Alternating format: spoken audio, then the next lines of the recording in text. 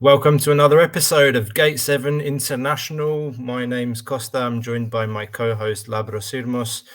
We've just finished watching the Olympiacos versus Salzburg friendly game. It ended in defeat. That was the last friendly of the preseason camp in Austria.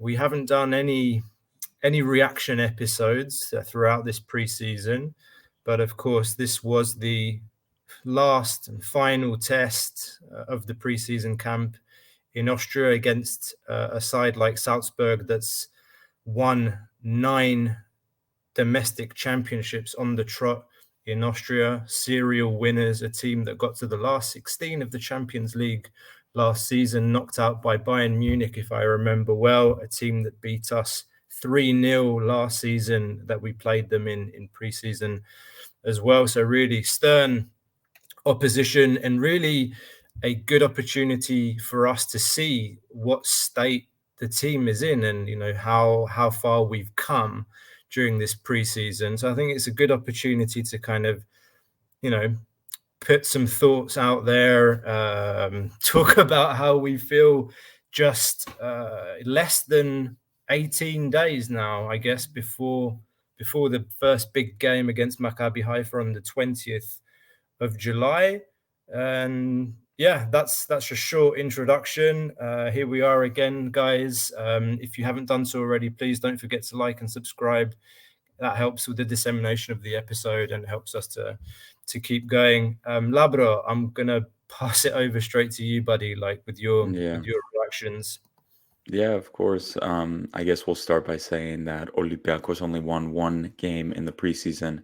They started losing 2-0 to Ried, winning with Dusseldorf 2-1, drawing with Cracovia 0-0, drawing with Slavia Praga 1-1, and then the past 2 days losing with Arminia Bielefeld, I think that's the name, 3-1, and then losing again today with RB Salzburg 3-1. So the preseason was those games, a few games back to back. This game was a back to back. So we played yesterday with a bit of a rotated team as well. Today was, I would say, the stronger team, a lineup that may look very similar to what we will see with Maccabi Haifa, I think. A 4-3-3 lineup with Vachlik in goal, Gonzalo Avia Gonzalez at right back, Pipa, as he's known, Socrates, Cisse, Oleg, Reabchuk. In the midfield, you had Mamadou Kane, Jan Envia, and Agibu. Agibu Kamara, thank you. And on the wings, you had Lazar Rangelovic, Yorgos Masouras, and up top, Youssef El Arabi. So, fuck, that lineup sucks. But that's going to be the lineup probably. Wow, that lineup sucked. And the game sucked big time, too. The only goal we got was Agibu Kamara did a little bit of pressure on a player, and he gave the ball away cheaply. El Arabi cleaned it up, goal, scored 1-0. But after that, it was like Red Bull Salzburg was like, wow, this is embarrassing. Let's turn it on a bit. They turned it on, scored 2 goals before halftime, went to halftime, and they were just coasting. To be honest with you, Costa, I think they could have scored like 4 or 5 goals pretty easily, to be honest. I mean, look, the coverage from Cosmote was so good that we didn't even see the second or the third goal. I don't think there was. I watched on YouTube actually the Salzburg goal because I was too lazy to watch it on my TV. I was watching it on the laptop. So well, there you go. But I mean, the equalizer. It was a long ball from the halfway line. Cisse hasn't got up for the header, and then it's just typical. You get punished after that. The ball drops to the striker, and then you just slots it into the other corner. Vachlik can do nothing. But you touched on one thing already in terms of the lineup itself. I thought was, I want to say, kind of a lineup that was similar to something we saw when we played against good sides, good attacking sides like Atalanta. Yeah. I mean, the fact that he played Mamadou Kane, Mvila, and Agibu Kamara in the same lineup. I'm not sure he did that in any friendlies during this preseason. But he's been to me, playing a type of 4-3-3, but maybe not that 3. But he's been playing. It's clear that the 4-3-3 or whatever the fuck it is, because I don't even think it's a 4-3-3. It's like a piece of shit. It's like 4-5-1. I'd call it more 4-5-1, to be honest with you, Costa. Like, the wingers are so shit. They're not like attack. They're more deeper, tracking back. Oh, God, they're useless going forward. Like Masuras literally passed the ball to a goalkeeper when he had an open net. Not It's even. He literally had the goal gaping in front of him for that. He It was a passed good it cross by Rajelovic. sideways.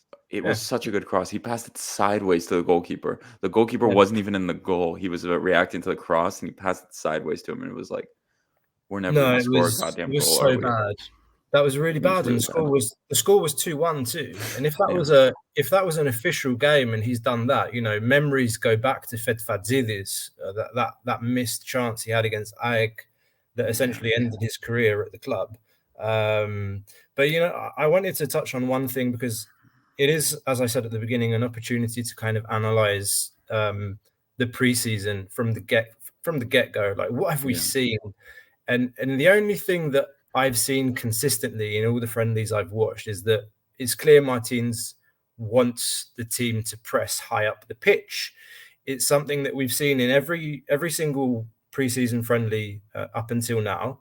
It's a characteristic in every game, and we did that well in a sense that the first goal came from pressure high up the field from Agibu.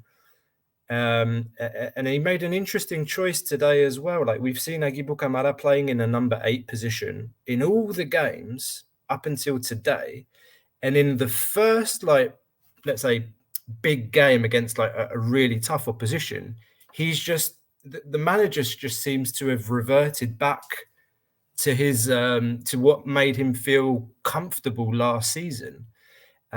So I don't know what that means. Like, was he not happy with Agibu at the 8? Does he feel like Zinkernagel's not ready to play at number 10? Because we've heard that apparently he's brought him in to play in that position, but we still haven't seen him play that. So that, on the one hand, that kind of puzzled me a little bit, but you know, the main point I'm trying to make is that the high press is all well and good, but in terms of creativity, like, there's just been none of it in terms of build-up possession in any of the friendlies that we've seen, even against oppositions that are, you know, second tier, not playing first division football in their respective countries. And that really worries me, particularly when we're about to play a team like Maccabi on the 20th. And this is a team that sets up really organized, sits behind the ball very well, lets the opposition come onto them, and then hits on the counter. Let's not forget, this is the same manager that employed those tactics when we got knocked out by, was it Hapoel Beersheva some years ago in 2016? I can't remember when, but it doesn't bode well when we're playing against a team where we need to create. Like, I don't know.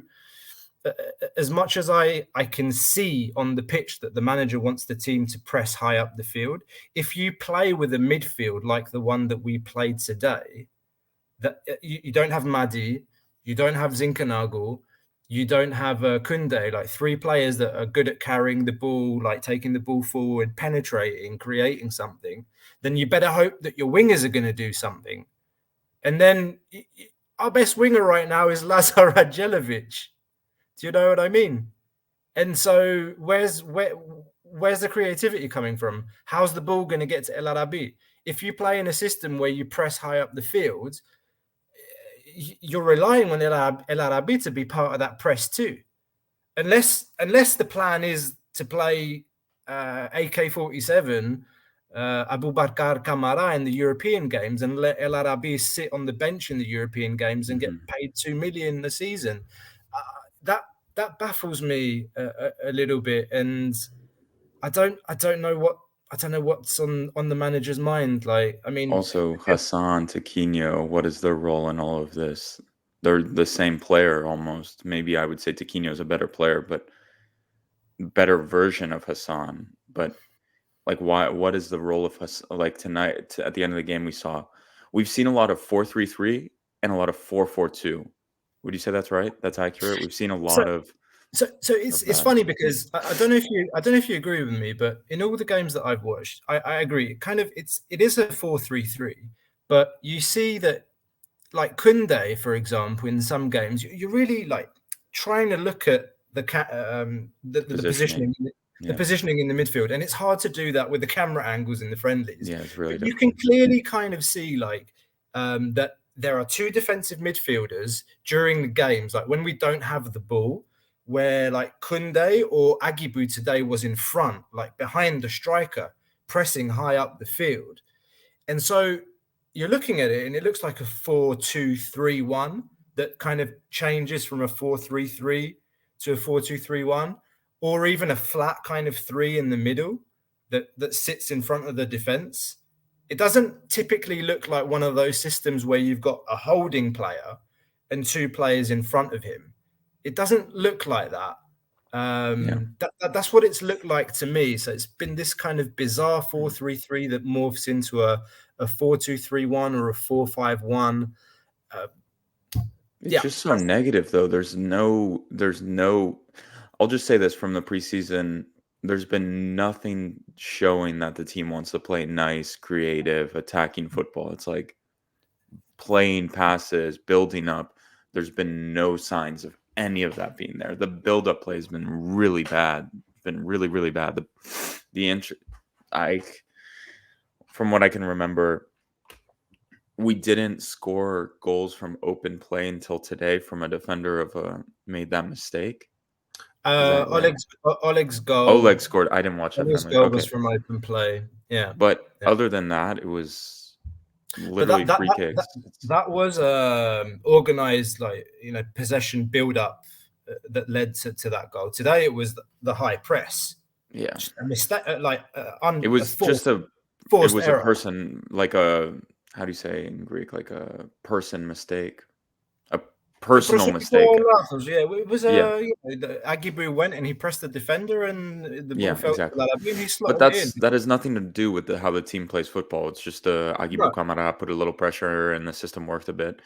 But I think, like I said, the manager's been asking for that tactically, like consistently in all the games we've seen that, and that's fine. Like that's fine. I think that should be the bare minimum. Like, what have we been watching for the past year and a half? Just absolute passive bullshit. But we haven't, like, we didn't see that last season. Like, I think it is something new that he's trying to instill back into the team. But like, I don't want to sound like overly negative, because at the end of the day, like, I'm reserving my criticism for like when it matters. Yeah. When the Maccabi games come. I want to actually see the Alkmaar game because you're in the real stadium, you have the real camera angle, so you positionally can kind of see what is going.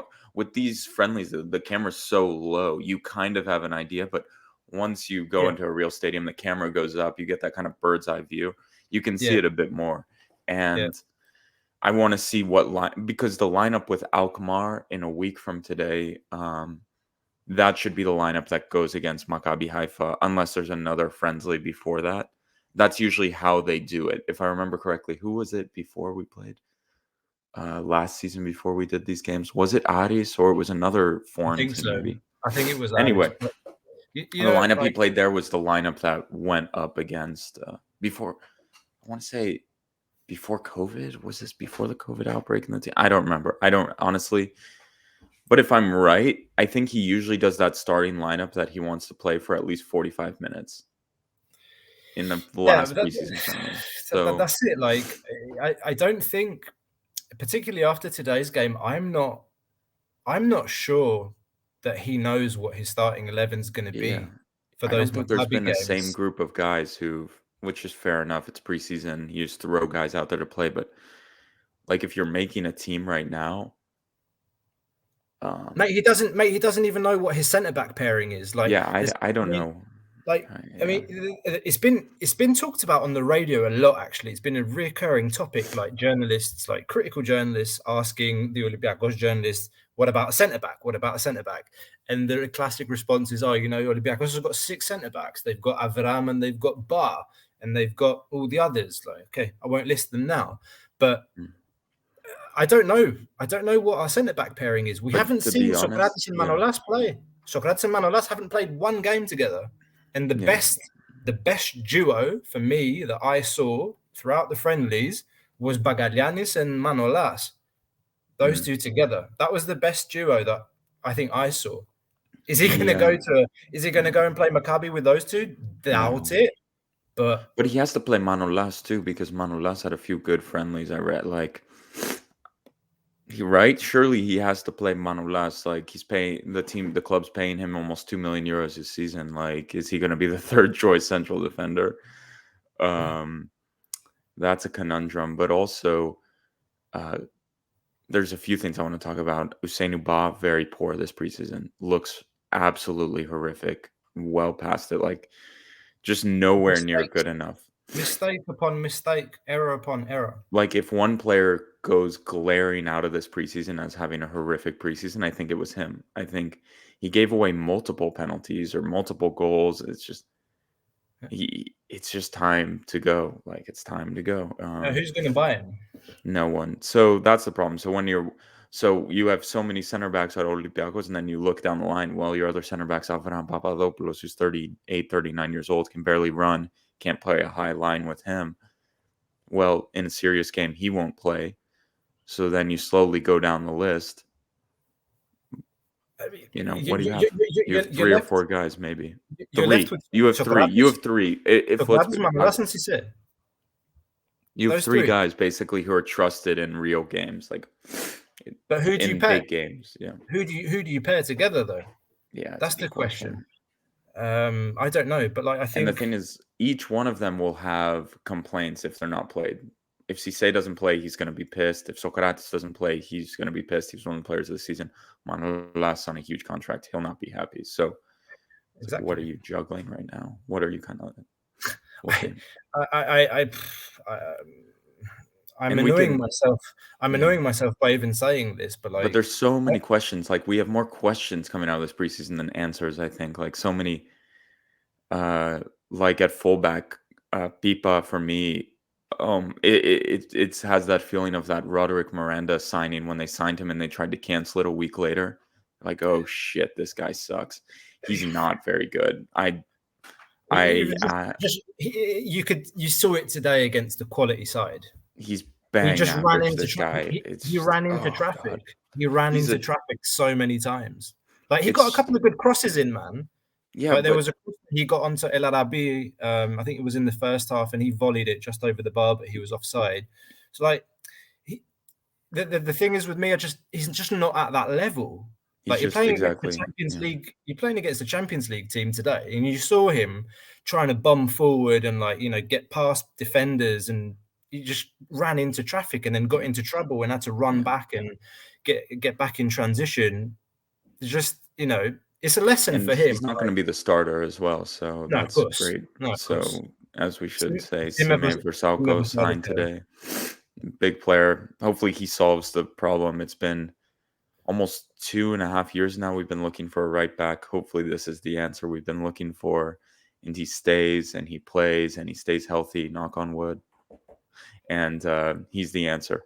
And now another question is, who's going to be the left back? Well, there's so many questions. There's now questions about the Canadian coming from Canada. There is no question. Oleg Rebchuk will play for sure. But it seems like Kutris got injured two times in preseason already. Don't know what his status is now. Can you really trust on him going in? Kitsos, did he even go to Austria in the end, or he was just sick? No, he was sick. He was sick. He was sick for fucking 3 weeks. Is that the story? He was sick for 3 weeks. I love that. Yeah, I love that. That's great. Sick. I mean, there was look. We can't know. There is an element of safety in terms of protocol and remembering what happened last year with sicknesses, COVID cases are spiking in Greece right now. So they don't want to mess around with any of that. You see a lot of them super cautious, like they're all wearing masks on the bench, a lot of them. They don't want a repeat of what happened last year. So I don't know, like even if he did go to preseason, really would he play? Who cares? To be honest, you need a left back anyway. So at that point, going up the pitch, and it's just like, okay, what are we doing here? We have so many players that I feel like are the goddamn same person and just offer nothing in the midfield. No one offers creativity in this goddamn midfield other than Koundé doesn't create shit. Madi Camara doesn't create anything anymore. No, I wouldn't be so negative about those two in the sense that they can bring the ball forward. Compared, I mean, like Mamadou Kane, he runs like an absolute machine, and like I understand the value of that when you play against a young team like Salzburg, who were playing two 19-year-olds up front. By the way, I think both of them were bought for like 6.5, 7 million or something. Checks out. Yeah, so like, I mean, I get it, but you just no creativity. We said it before. If you play with those kinds of workhorses in midfield and you play Agibu further forward, you lose a lot of creative ability in the midfield, and you need to wait for your wingers to do something. Now, there's movement on the transfer front because there's talk about Gustavo Scarpa from Palmeiras, and we have sources in Brazil that told us that there is a high percentage or a high likelihood that this could happen already now in July. I think what Olympiacos is trying to do is get Scarpa to put pen to paper on a deal that will bring him to Olympiacos as a free agent on January 1st. So his contract is up at the end of the year. And as soon as he does that, I think Olympiacos goes back to Palmeiras and says, look, you guys have lost him. Do you want some money? And you can send him to us now in July. I think that's what's going on. And the other one that we've been hearing about is Nathaniel Mbuku from France, 20-year-old winger that's played almost 80 games professional football as a 20-year-old. I've heard very good things. I'm not going to pretend like I've ever seen him play, but I've heard very good things. French youth international, bags of potential, 8 million euro market value, according to Transfermarkt. And his contract ends in a year. So was it Stade de Reims is asking 6 to 7 million reportedly in the beginning, and there were some reports today suggesting that the difference between the two clubs is 1 million euros. So these deals, like, the club is doing a lot, I think, trying to bring players in, and I think we have brought good players in. We have done decent business, I think.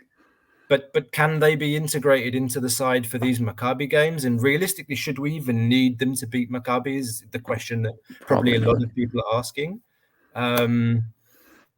Well, that's kind of where we are, guys. Yeah. One point I'll make is the team's just calling out for a creative player. I don't think João Carvalho is going to do it for the team this season, to be honest. I don't. There's just something to me that just doesn't feel like he can't be the starting creative player, and it doesn't seem like Martins even wants to need him or wants him to be the starting creative player. It doesn't feel like Mathieu Valbuena can do it anymore at this level. He's 38 years old. He started three of the first friendlies, and then he disappeared. Yeah, so we'll see. So, but the thing is, the team is. I don't know, Zinkernagel. That's so much pressure to put on this guy right away to be it. And I don't think Philipp Zinkernagel got brought in to be the guy, to be the starter. So, or he could have been brought in to be the guy, be the starter, but I think it's a lot of pressure to say, okay, you just came from the championship with Nottingham Forest. Now you're going to bring Olympiacos to the Champions League by setting up goals. It's a big ask. I don't know. And I to be honest, I'm waiting to have judgment on Zinkernagel because I'm still confused where the fuck he's going to play. Is he going to play through the middle? It seems like he's playing him on the wing a bit. So we'll see. And Aboubakar Kamara, personally, I know Adi hates the goddamn transfer so much. I personally, the front just needs the striker needs a little bit of pace at Olympiacos. Too long we've been seeing these slow players. Like, we need someone to press a bit.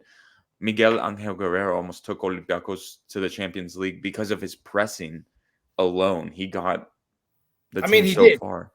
He basically did. It was the pressing and work rate that did so much. People forget and think El Arabi took us to the Champions League that summer. It was actually Guerrero played fantastic. Yeah. So, yeah, I'm with you on that.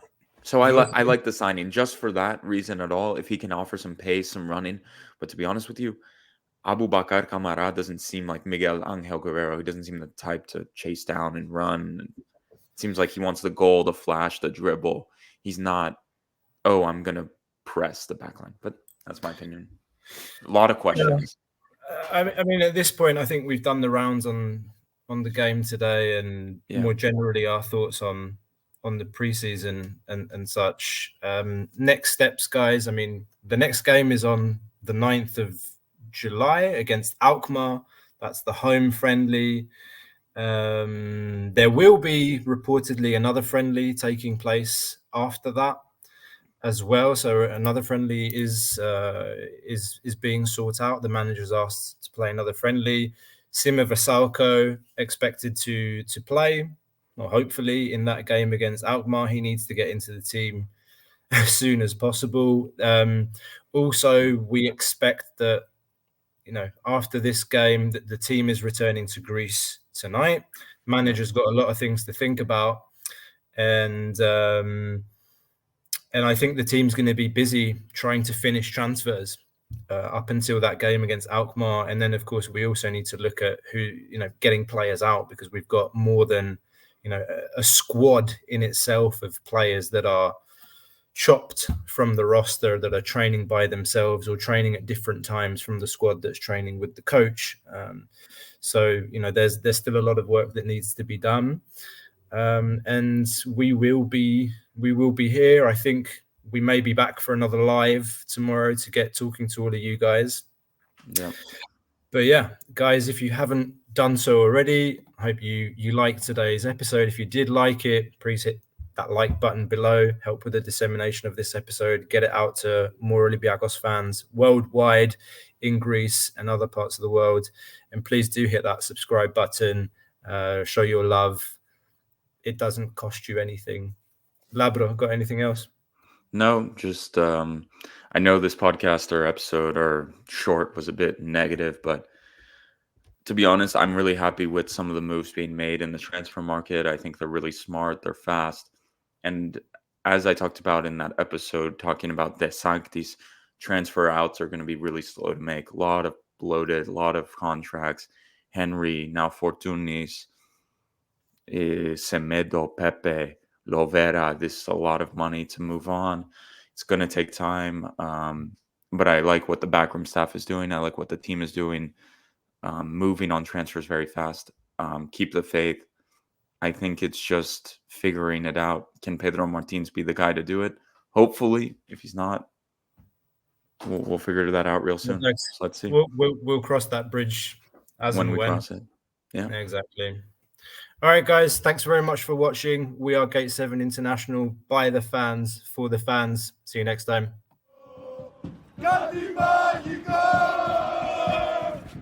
Όπου πας εσύ θα με πάντα εγώ να σου τραγουδώ.